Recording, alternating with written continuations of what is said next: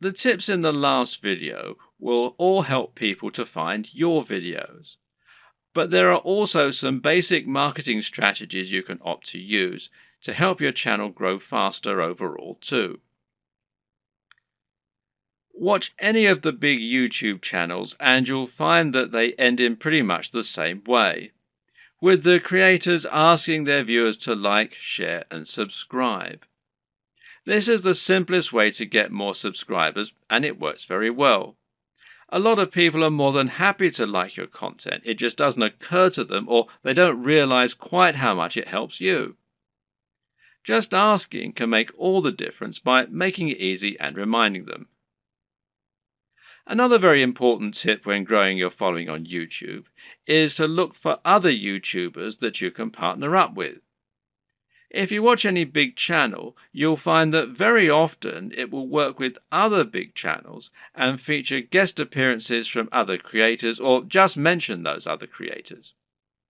A channel that does this very well is Vsauce, which features answers to many fascinating questions. Michael Stevens is the creator of this channel, and he is almost always recommending other creators or having them come on to talk about their areas of special knowledge.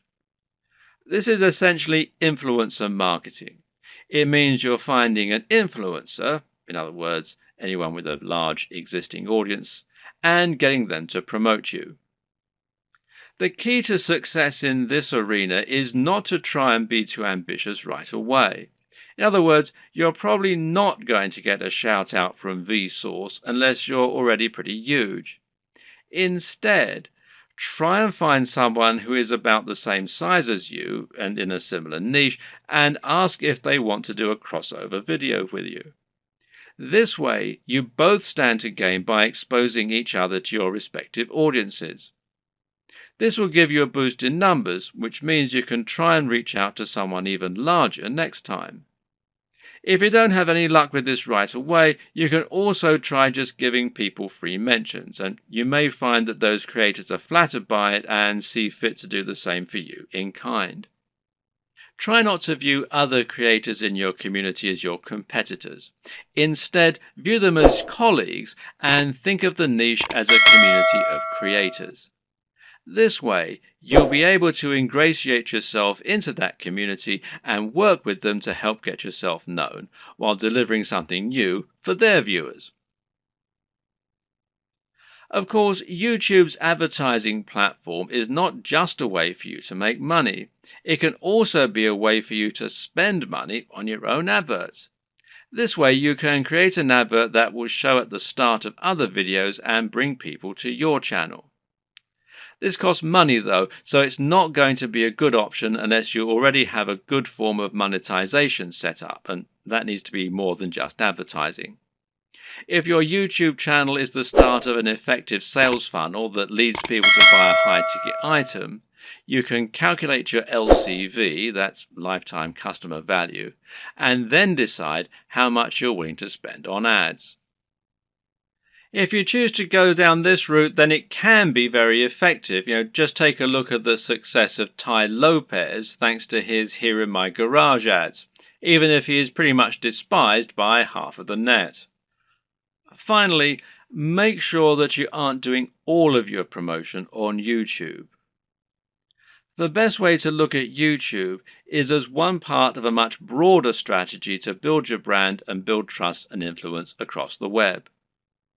This means you should be on social media, and this will give you a way to share your content as you build more followers. Think of this as a virtuous cycle and try to focus on the synergy between your social channels and your YouTube channel. You can ask people to follow you on Twitter and Facebook in your videos and then use Facebook and Twitter to bring more people back to your YouTube channel and hopefully get more shares among the broader network. This will help to make your brand feel more like a movement rather than a one-man show and should help you to build genuine followers. Your blog, meanwhile, can serve a similar role, and you can use this to add additional content to your videos. This will make it easier for your videos to be found on Google and will give your fans a base where they can enjoy your content when they don't have the option of watching YouTube. The key to good branding is to be everywhere, and just because YouTube is your focus, that doesn't mean you should ignore other channels. There's an awful lot to take on board here, but the most important thing to always keep in mind is that you're aiming to provide value and to offer something different.